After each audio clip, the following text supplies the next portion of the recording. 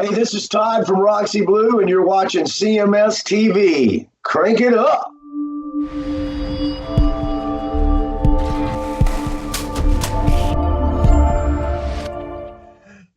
People going out to see shows, they're upset about their bands, they're upset about ticket prices, they're upset about being gouged. Mm-hmm. People can't handle their liquor anymore. Right. God damn it. Getting old sucks.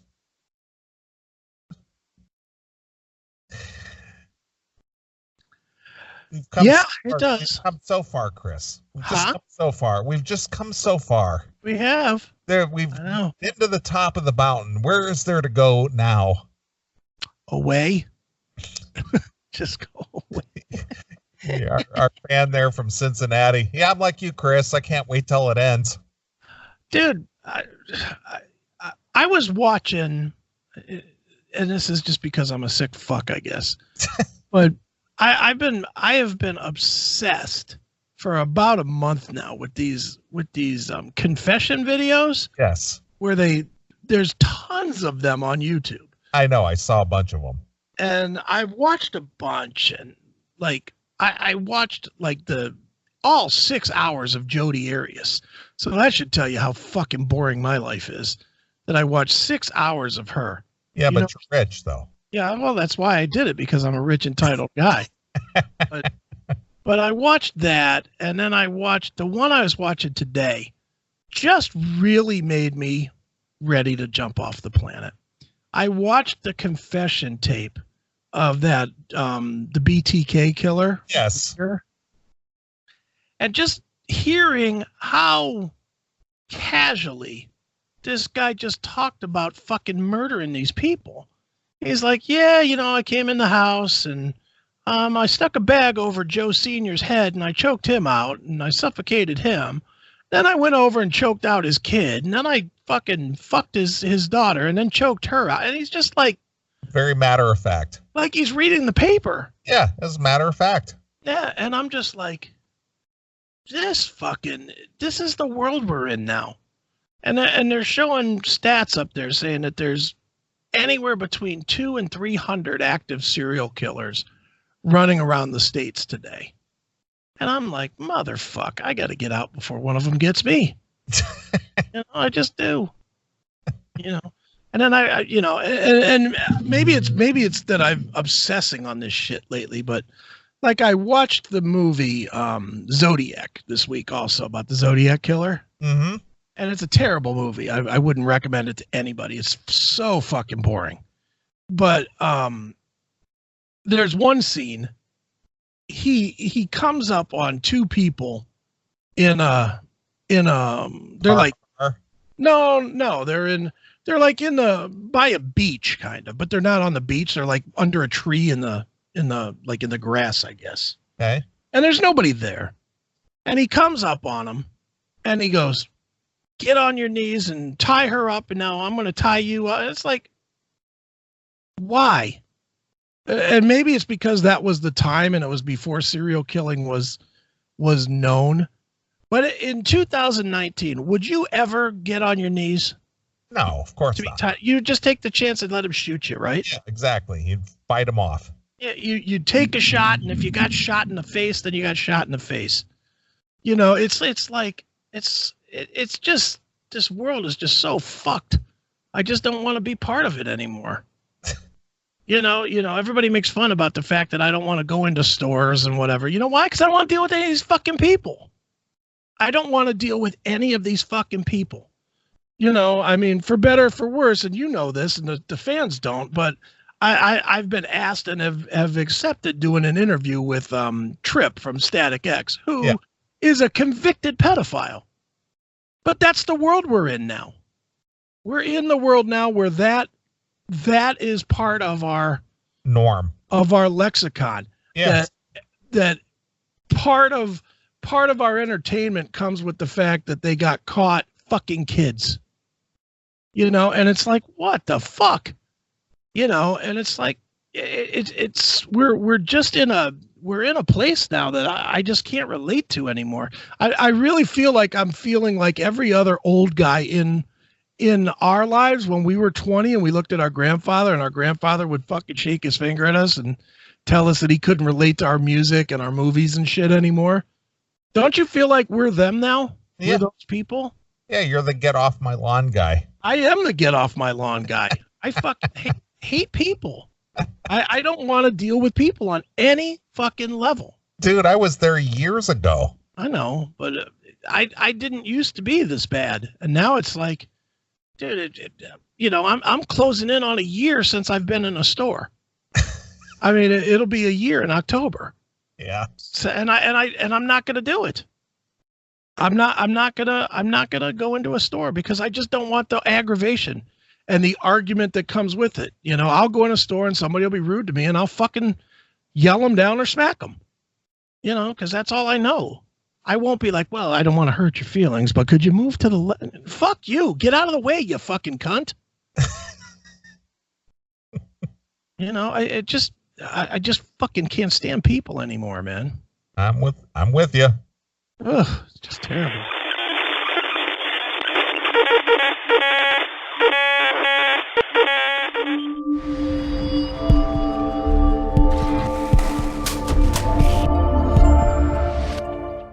I know you kind of took the week off, kind of enjoyed your weekend. I did. I don't even remember what I did. Did I do anything? I don't think so. I just hung out, watched a shit ton of TV. I know you've been watching the old sports. I have, dude. That's great. And I didn't, it's amazing how much is truly on YouTube. If I ever get broke again and have to give up I'd be more than willing to give up everything as long as I have YouTube, because everything is on YouTube. And one of the things I've been watching in the last week or so is all these really old baseball and football broadcasts. They're all out there. And it's fascinating. Like I was texting you this afternoon. I was watching, I don't know if it was the Super Bowl or a championship game or something, or it was Monday Night Football from 1971. And I'm watching and they're doing the pregame. It was Howard Cosell, Dandy Don Meredith, and Frank Gifford. That was the announce team.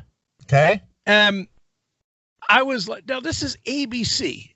And all those guys are dead now. All those guys are dead now, but ABC, even in 1971, was a dominant company, right? They had a lot of money. Wouldn't you say? Well, they were the top three. I mean, it's CBS, ABC, NBC. That was all you basically had for television. So even then, in 1971, they had to be close to $1 billion company. Would you say that's probably fair? To be honest with you, I don't know, but I would imagine it was in that ballpark. Okay. So I'm watching and they're doing the pregame and they've got Howard and Meredith and Gifford sitting kind of in a row next to each other. And the reason they have them sitting next to each other is so that they can pass the single microphone that they have. So that literally this $1 billion company, it's Howard Cosell's like, and that's why Billy Kilmer is the greatest quarterback in Redskins history. What do you think about that, Don? Pass. I was like, what the fuck? He's passing the mic. Well, you gotta, and the only way that I could reason this, and the gotta think about this. Television in general, at that point, you said 1971. Yeah.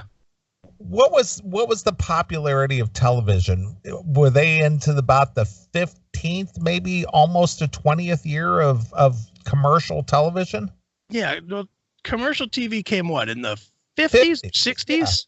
Yeah, 50s. So yeah, about 20 years. So I guess it was still somewhat new, but yeah. But the thing is that live television, a live remote, was pretty new at that point. I mean, having TV shows was one thing, right? But actually doing a live broadcast on TV? Oh, I think you're wrong on that, because remember, even in the 50s or 60s, they had all that controversy over 21, and that was a live show. They did that live. Yeah, but that was in a studio, though. That wasn't that wasn't at a stadium where they had to set up a remote. Well, that's true. That is true. So that's the only way that I can think of justifying why it was so primitive. Yeah. Because not only that, then they had to have I don't know what they used for the feed. Maybe they were already using satellites? Dude, do you think they were using satellites at that point? I have no idea. Maybe they just had a really long cable. So to think about it, to go from stadium to stadium and do a live show, yeah, I'm sure that was a cumbersome thing, because I know you've been to plenty of sporting events. Sure. But even in the 80s, say when you were old enough to go, or 70s into the 80s, yeah. You remember the big live mobile trucks that they had parked out of the stadium? Sure. That was 10 or 12 years later. Right. What do you think they were doing in the late 60s, early 70s for a live remote? God knows. You know what I mean? So the technology was probably pretty primitive, and maybe they didn't have the mixing boards, or I don't know what it took to do a live TV show. Yeah, but you would think. But again, I don't know. But if you think about it, that was 50 years ago. What was funny too, watching it, is like when they would put like names and shit up on the screen, it was clearly that they just had some kind of an overhead projector type of deal. Exactly. Because they would put it up, like they would put up the number, like the guy's name and number, and it would be a still shot. It'd be a still picture of the guy, just a horrible headshot. And then it would flash on the screen, like number 17, Billy Kilmer. And the words would be shaking, like somebody was holding the thing over the guy's picture.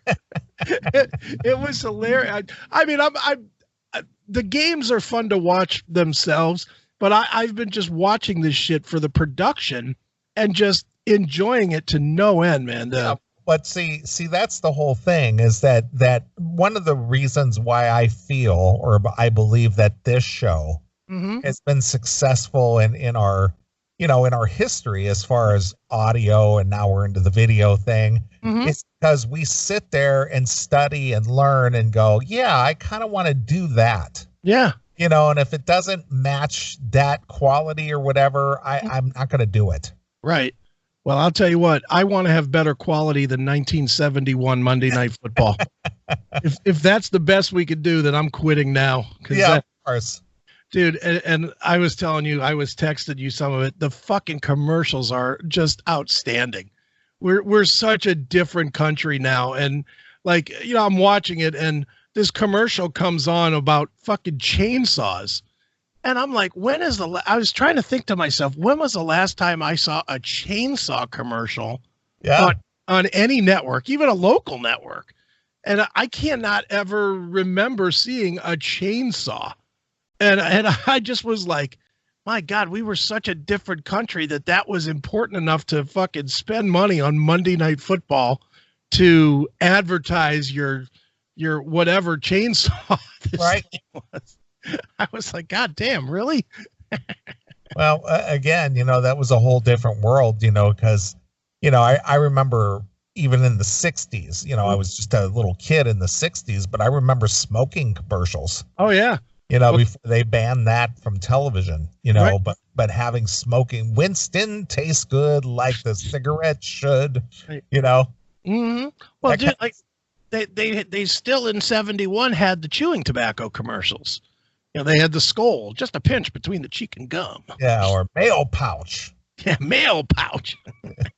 They had all, and the other thing that I noticed from watching some of this old stuff, and this goes even later, this comes all the way to about the 80s, because I watched a few of the games from the 79 World Series, the Pirates versus the Orioles 79 World Series, and the way that the announcing was so different from now. Now everything is like, we've got a spectacular game here coming up tonight. It's going to be the Pirates and the Orioles, and this is going to be the best series. You know, it's all hype, hype, hype energy. This is like, and here in Pittsburgh, the Pirates, the winners of the NL East, are now going to play the Orioles. Please stand by for a commercial. And everybody's like all talking all mellow and shit. Yeah. It was almost like a news broadcast. They were just reporting the facts. It is. It's like Walter Cronkite doing the commentary. Yeah, there was no excitement. There was no hype, no nothing. This is just the facts. Roberto Clemente out center field. Yeah. And up to bat, it's Willie Stargell. Yeah. Willie's had a good year. Willie hit 25 home runs this year. Isn't that spectacular, John? Well, yes, it is. That's really great. Back to you. Yeah. Up to bat is the stolen base leader for the NL East, Omar Moreno. That's right. He's stolen 74 bases this year, a high in his career. It's the most he's ever stolen as a member of the Pirates. Up at the mound is John Candelaria, the Candyman. The Candyman can. The Candyman, and I remember this because he pitched Game 7. Yeah. And it's like the Candyman's been having back problems all season long. And that's why, if you notice, he's not bending over when he throws his pitches. And I'm like, dude, wake up. Wake up. He's like, oh, there's another strikeout. That's 6 in the game. And to close out the series, we got reliever Kent DeColvey. Yeah. Didn't that dude like die of like cancer of the arm or some shit? Kent DeColvey? Yeah. No, I just saw him a couple years ago. Oh, did you? Yeah. Is he still alive? Yeah, he did announcing for the Pirates up until like 2 years ago. Why did I think that Kent DeColvey had like some kind of cancer where they cut off his arm or some shit? They call him Teak, man. Teak. I got a Teak. Like DeColvey, T-E-K, Teak. Yeah, I got a picture with Kent. Just a couple years ago. Did you low five him? Exactly. All right, maybe everybody won't get that joke, but that is a funny joke. He was a submariner. He was a submarine pitcher. Right. Exactly. Hey, Alan Kilcaller, you're on the air. Hey, it's your sportscasting friend from Baton Rouge. Since you were talking about television tonight. Yeah, and, you're a guy who has practical experience. Well, Neely, I tell you, in the last like 20 years, even.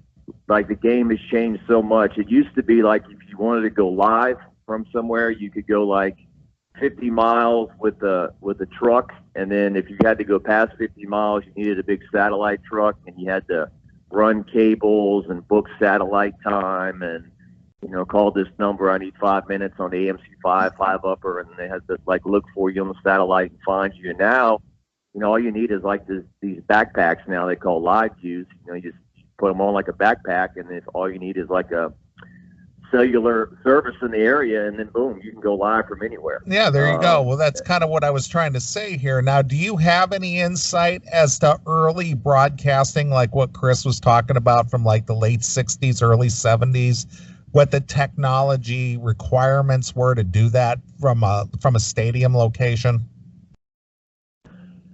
Well, I mean, I guess a lot of it's still the same, although I did get a kick out of him talking about passing the mic down. That is pretty hilarious that on a network broadcast, with so many people watching, they were, okay, your turn. Hey, here, take the mic. I mean, that's pretty crazy. But, I mean, I guess it's still the same. You had a truck, and then you book satellite time for 3 or 5 hours or whatever it is for a football game, and then you beam up, and then you broadcast.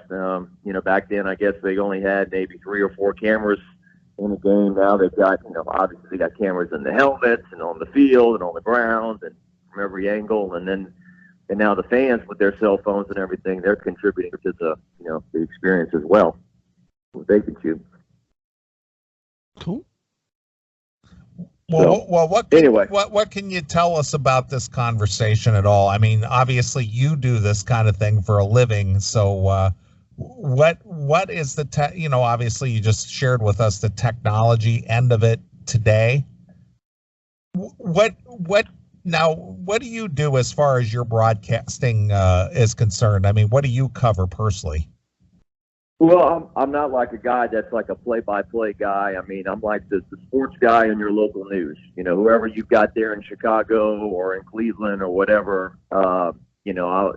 after your weather, I'll come on and do, 4 or 5 or 6 minutes of the local sports, whatever it is. You've got LSU here and the Saints, and, high school football is really big here in Louisiana and things like that. And, throughout the day, you go out to press conferences, practices, games. A lot of times, now what's really changing is somebody in a market like Chicago where you're at. I mean, back in the day, there was no way a big time reporter would touch a camera themselves. Now you've got one-man bands in huge markets like Chicago. Somebody will take the camera out himself, put it on the tripod, and shoot his own stand-up, shoot his own video, type his own story, edit his own story. I mean, it's that used to be reserved for the little small markets. Now, local TV is, the movie Anchorman was big for a reason. That's the way it used to be. Those local TV guys used to be legends, and now, I mean, you still an impact on the community, but people are getting their news from their cell phones, and it's, people are not just parking themselves in front of the TV to watch the news at 6 or 10 or whenever it comes on. So that's the biggest change that goes on. But I cover local sports here. I travel to LSU games, Saints games, stuff like that, and then do a stand-up on the field, go in the locker room, interview the guys after the game. That's kind of what I do. I'm not a Howard Cosell or a play-by-play guy or any of that stuff. But nobody is.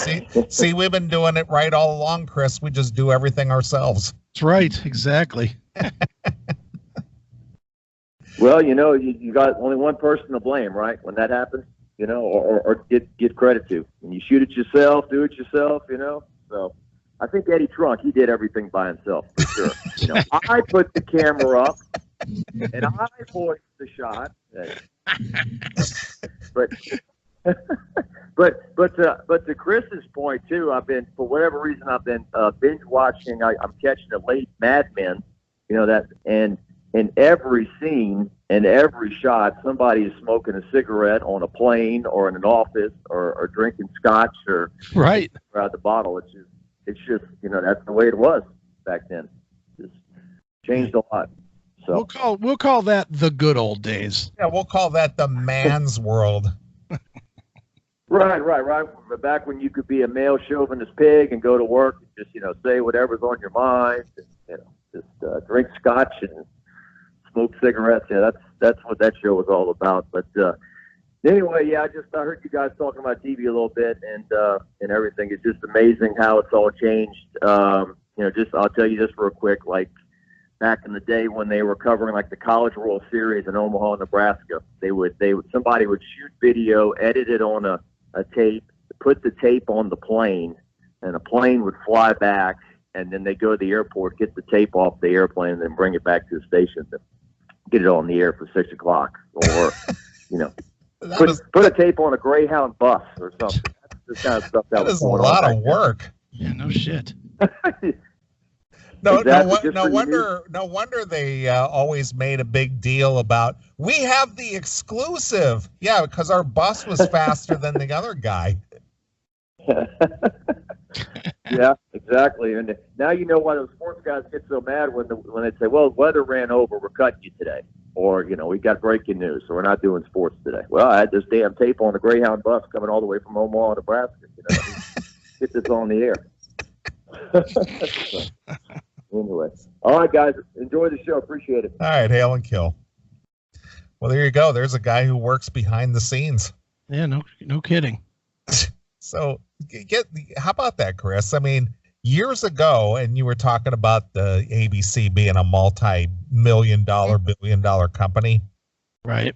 Now it's boiled down to where if you're a sportscaster or newscaster, you got to work your own camera. You got to write your own script. You got to do your own shoot. That's right. It's all up to you now. Yeah, because the budget just isn't there to have people do that with you or for you anymore. Right. You got to do that yourself. And you know what? Again, kudos to you and I. We've been doing it ourselves for 24 years. No kidding. Remember that? And I always go back to the time that Russ Dorff was here. Yeah. And was asking, where's your people? Where are the people who are running the gear? Right. It's like, it's all done right here, dude. Yeah, it's just us. Yeah, it's just us. You're shitting me. Holy cow.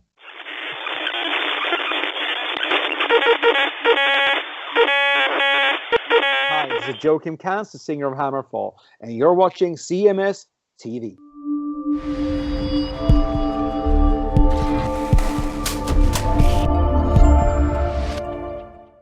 Years old. Yeah, I know. Isn't that ridiculous? Fucking crazy, dude. It is.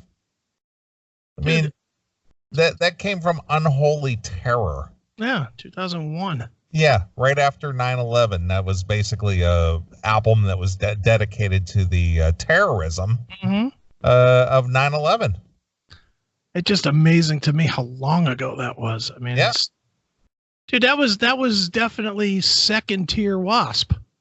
That was like second era of Wasp. It was. It was a very strong era. Those two CDs that, well, actually 3 CDs that they released in a very, very short succession.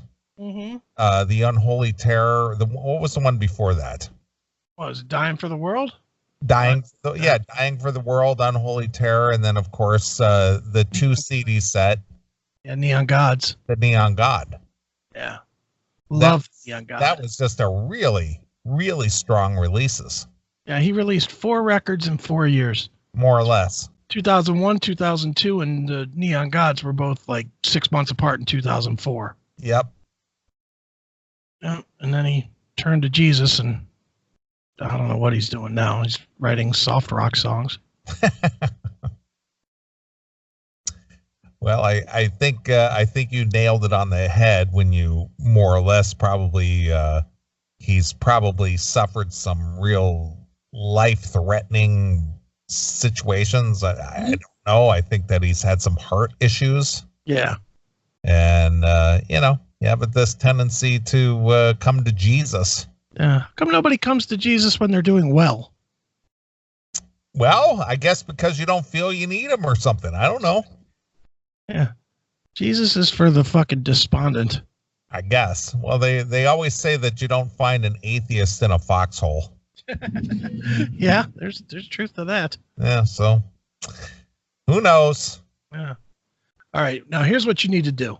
Okay. Turn the phone off. All right. Well, I don't have to answer the phone, but it seemed like people wanted to unburden themselves. Yeah. Let's open some presents. All right, I got it right here. It's not like every day you actually are willing to open things. So, well, it's not wrapped up and it doesn't specifically have my name on it. I look at this as a joint effort. Okay. It doesn't say Merry Christmas. So it doesn't say Merry Christmas. And, this is for you and I look at this as a tribute to you and I, that Ozzy Ace took the time and the money and the effort to wrap this thing up. Okay. Send it all the way across the world. Yes. And I felt that, this deserves to be shared among the CMS. And since we have the whole camera set up and thing now, everybody needs to enjoy. Exactly. I've got it blown up on my screen so I can see exactly what you're doing here. So I whipped out the old knife again. Look out. And I'm picking up the gift that's wrapped so solidly. Jesus. That wrapping is ridiculous. So I have to dissect this here to see how this. Okay, there's a seam here. You see this, right? Yeah, I see it. All right, so I'm gonna cut into the seam here. There's more tape on this than at a crime scene. Well, that's kind of what this reminds me of. It's like crime scene tape. It is. Now, mind you, this came from our good friend Ozzy Ace in Australia, right? And he sent this to you and I, right? And there's a shit ton of tape on it, which I had to break out the knife, as you can see. Right. And hopefully I don't cut myself in the process here. Yeah, be careful. Yeah. So, all right. More tape. Lots of tape, lots of bubble wrap. I feel the bubble wrap inside here. Mm-hmm. All right. Not sure how he has this. I'll turn it up this way. All right. Ripping into this. Wow, there's a lot of tape here. Lots and lots of tape. Looking at this, your knife might be dull by the end of the cutting of this shit. Yeah, no shit. Look at it. You can't even cut it with the knife. Yeah, I know. It's like wrapped 6 times. I'm sure you can hear it. You can't cut it with the knife. Yeah. You're gonna have to cut that other side too. No, I think I got the seam open. As you can see, I got it open. Yeah. All right. There it is. So I got the box open. So I'll start picking this stuff out a little at a time. All right. See what's all in here.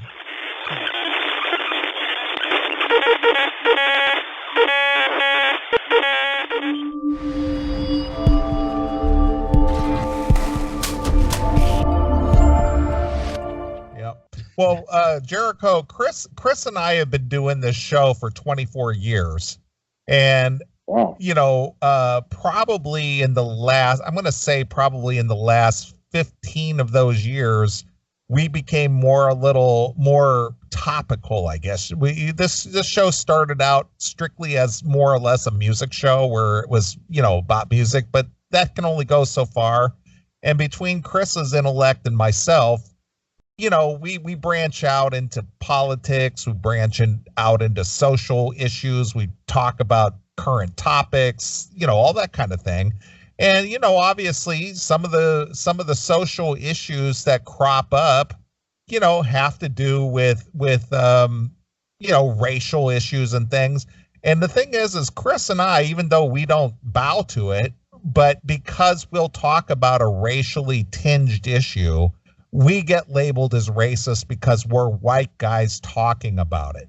And that's the whole thing. It's just like, well, you guys are racist because it's like, well, so we're never allowed to broach that subject ever. We're never allowed to talk about that because we're white guys. I don't get that. And I know that you get the same thing because you make such a joke of it in your video. A couple of white guys. Yeah, like, how dare you? If I had pearls, I'd clutch them. You know what I mean? That you know, growing up, I grew up in a rural California town. My elementary school, I was like, I think there were 2 other black kids when I was in like 1st grade, and they were gone, and it was just me.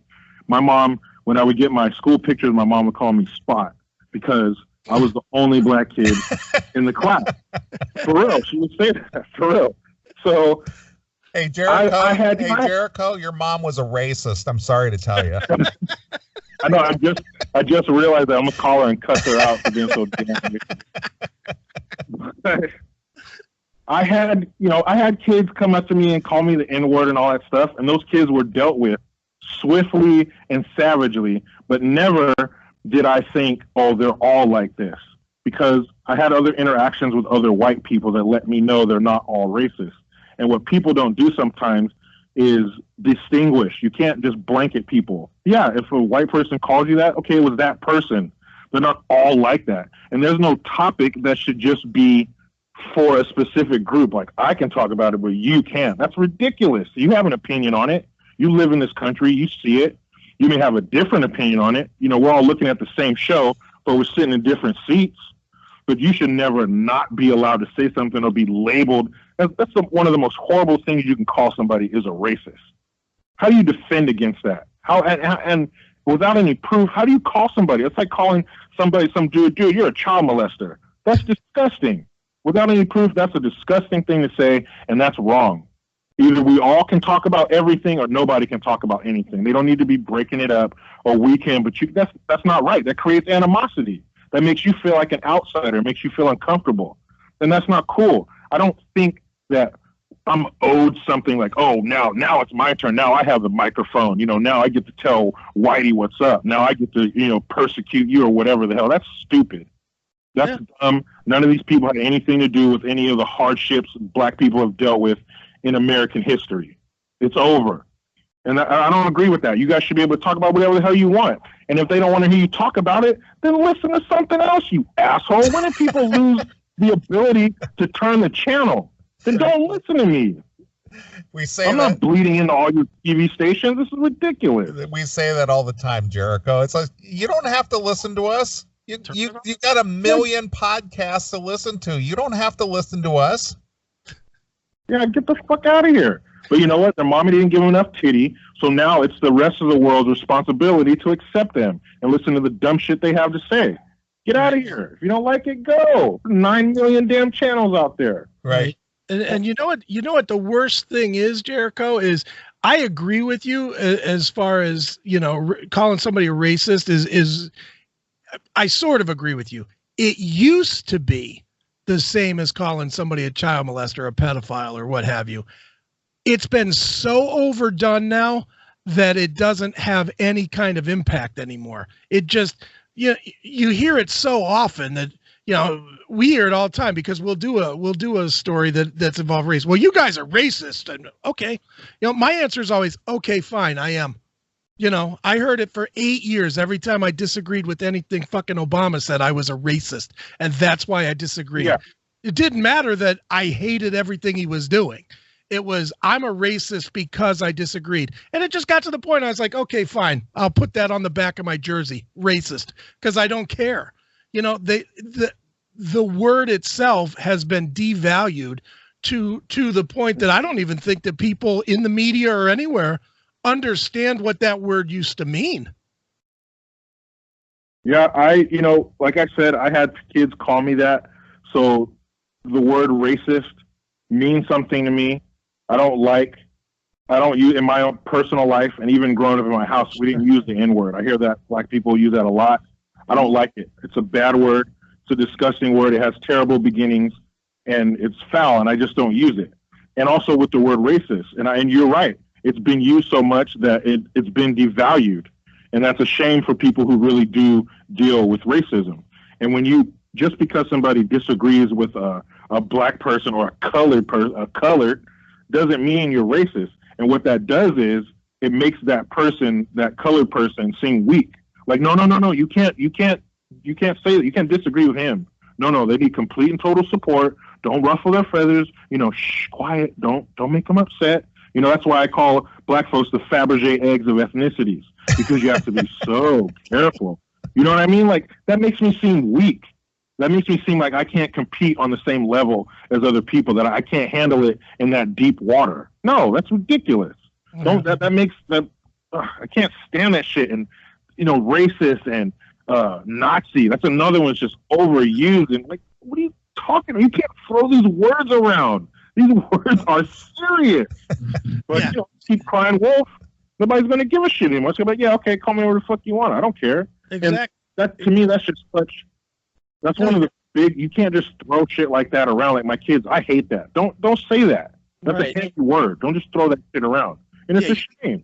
You cannot go and say, and comparatively say, well, me saying that Obamacare was criminal is the same as somebody in the 1920s lynching, you know, people. They're not the same. Yeah.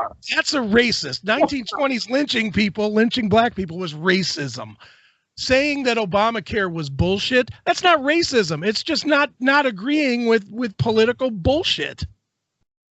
And there's numbers and facts to back up what you're saying. It was criminal. You can't force people to do something. That's not right. Right. If you don't take this, you're going to be penalized. Right. That's not right. And it's not on par with a 1920s lynching. These people are retarded. And people tell me that you can't say retarded. Look, retarded does not just mean somebody who's mentally behind. It also means something that's foolish or stupid.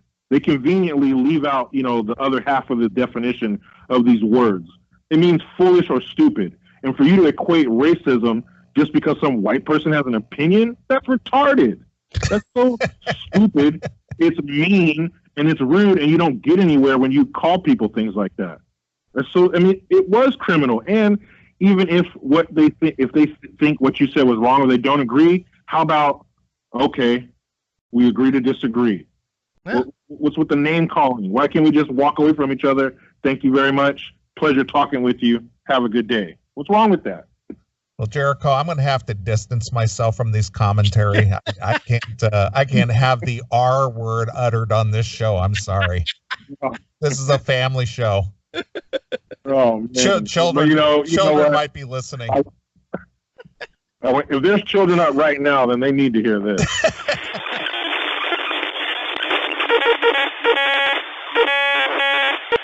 And before I go, shout out to the Classic Metal Show.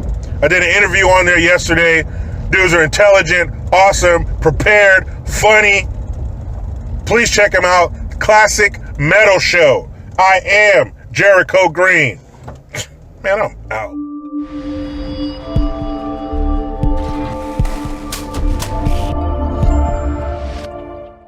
Anyway, a woman blasts a hobo, not homo, hobo sexual who tried to date her so he could crash at her house, only for him to label her a gold digger for rejecting him for being homeless and unemployed. Am I wrong in not knowing the term hobosexual? Yeah, he's a hobo. He's a homeless guy. And he basically hooks up with people just to have a place to crash. A hobosexual. A hobosexual. What the fuck is going on with this world? That's what happens. Got social media. And now, let me guess, we're not supposed to say anything bad about that because it might hurt his feelings. Of course. He might be a protected class. Yeah, it could be. Sanctuary city for this guy. Mm-hmm. A bemused Singleton branded her rejected date a hobosexual after he tried to set up a date with her just to get a place to crash. Yet he accused her of being gimme. What does that mean? You know, gimme your money, gimme your whatever. But if you don't have anything, you got nothing to give. Okay. Jackie Cameron, 38, from Bakersfield, California, shamed her would-be Romeo's ridiculous message after he implied she was a gold digger when she rejected him for being unemployed and homeless. Yeah, man! Because, you know, chicks do look at prominence. They do. Yes, they do. I mean, how many homeless guys get dates? Well, they get dates for the minute in the out in the street, I guess. But well, see, I prefer dating homeless women because after the date is over, you can just drop them off anywhere. Get out. Wait a minute, real John Drake. We're not talking about John Rufo here. Come on, that's mean. Now, mind you, this guy's homeless, but yet he has the capability of texting. Oh, yeah. He's homeless. He's not an animal. Right. The pair had spent a few days texting after meeting on a fishing trip, and Elliot, whose real name she didn't reveal, invited himself over to Jackie's house to cook her dinner. Jesus. When she said that she was busy that evening, he admitted that he needed somewhere to stay for the night. All right, this story is already weird. How is a homeless guy going on a fishing trip? I don't know. Where does he keep his line, his fishing? His gear. His gear. Who knows? She met him on a fishing trip. What was he doing? Rummaging through the dumpster? I don't know. Eating the meat off of a fucking scaled catfish or something? Maybe he was fishing off a pier looking for his next meal, and she just happened to be there fishing as well. Yeah. Two kinds of catfishing going on this trip. Exactly. Jackie shared their exchange on Facebook. And thousands of commenters branded Elliot a hobosexual, a person who jumps into a relationship just for a place to live. Well, good on him. A hobosexual. He's a hobosexual. What the fuck? Jackie, that is a gender? It's a protected class now. Is it? Yeah. I mean, if there's 58 different genders, I mean, there might as well be a hobosexual. Yeah. Good point, Neely. Good point. Jackie claimed Elliot pursued her after they met on a 12-hour deep sea fishing boat trip with a ticket price of $150, and they continued texting for the next 4 days. So he had $150 and he used it to go fishing? Apparently so. It's kind of bizarre, but all right. A homeless guy had $150 to go fishing with. This story isn't real. Come on. What is this, the World News Daily? She initially thought he was joking when he tried to invite himself over to her house because he had no place to sleep for the night. Okay. Jackie rejected Elliot on the basis that his life was not stable and said she couldn't take care of him. All right. White guy? Yeah. He's a white guy. Apparently so, because... And what is she? She's a white girl. Stupid. No, just tip. There's a picture of her. I got to see these people. Jackie Cameron is her picture. JACKIECAMERON. See Jackie Cameron. She's kind of a sturdy looking girl. Sturdy. Well, she's kind of, she's not fat. She's just kind of a, she's got a thick girl. And he's this bald guy? I don't know what he looks like. I don't see a picture in the story. Homeless to home. Rapid City couple shares their story. Oh, yeah. She looks like she's been through a lot. Sturdy's a good word for her. She's a stout girl. Like an old rugged mule. Well, she's got arms bigger than mine. Yeah. And if she switched them back and forth, they'd stop about 2 minutes after she did. She's got granny fat arms. Mm-hmm. You know how like granny, when granny starts to lose it, she gets that stretch. Well, she looks like she may have been kind of heavy for a while, and then she lost a lot of weight. Yeah. Yeah, pulling a plow. She's got some big cans, though. Yeah. Maybe let me try a different picture. All right, she looks better in this picture. The picture I'm looking at, she looks just horrible. But this picture looks a little better. Little better, not much. I'd push her right off this boat. Do you see the one where she's wearing the Adidas shirt? Yeah, she got some tits. That's why I said she got some big boobs. Yeah, she got some big tits, but she's no Kate Winslet on the end of that boat. That's for sure. No, that boat's doing a fucking wheelie. All right. Yeah, she's a rugged girl. Yeah, she's pretty stout. She's a Trump person, though. I see that. She's got your Trump hat on. My Trump hat. It's your Trump hat. You drive the train. No, Jericho drives the train. That's right. All right. Conductor? I guess. I'm just the fireman. I'm the guy who just shovels the coal, I guess. Yeah, sure.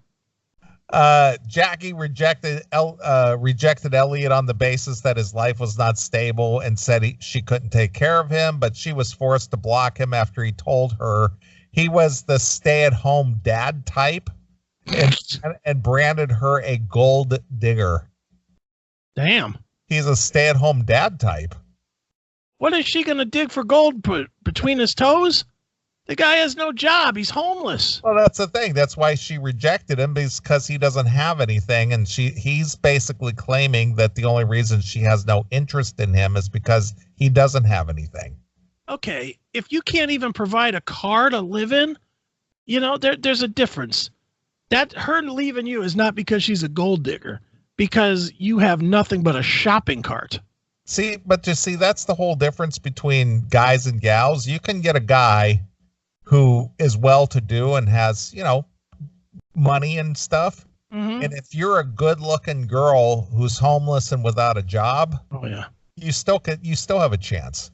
You could be an ugly girl, and if you're willing to suck cock, someone will bring you in.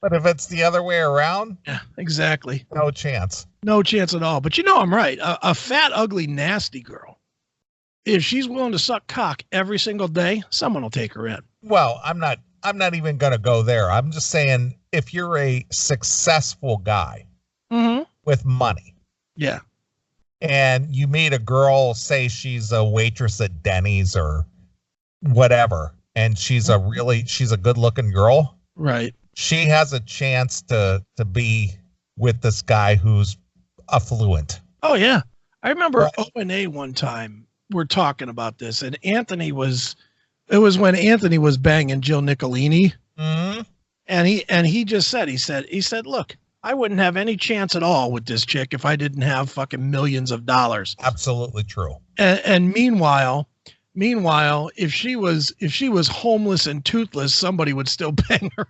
You're right. There's always, we're so fucking desperate about pussy that we will always chase it. Yeah. Always. We're stupid. Yeah. But if it's the other way around, it's like, forget it. Oh yeah. He was really nice, and he was very charming on the boat. He was very sweet about everything and well-mannered and well-spoken. He wasn't pushy or aggressive, but aggressive, but he was around, Jackie said. I don't know what that means. He wasn't pushy or aggressive, but he was around. I don't know. Wow. I don't know what that means. Sounds like another fucked up sentence. Yeah, that's kind of bizarre. Let's see here. If I sat down, he'd be around. Oh, he was probably clingy. I think that's what she's probably trying to say. If I sat down, he'd be around, but I'm glad I stayed firm because someone else might have felt sorry for him and let him stay the night. Boy, if he would have jumped in a little sooner, I had an ex-wife that was looking for that kind of a relationship.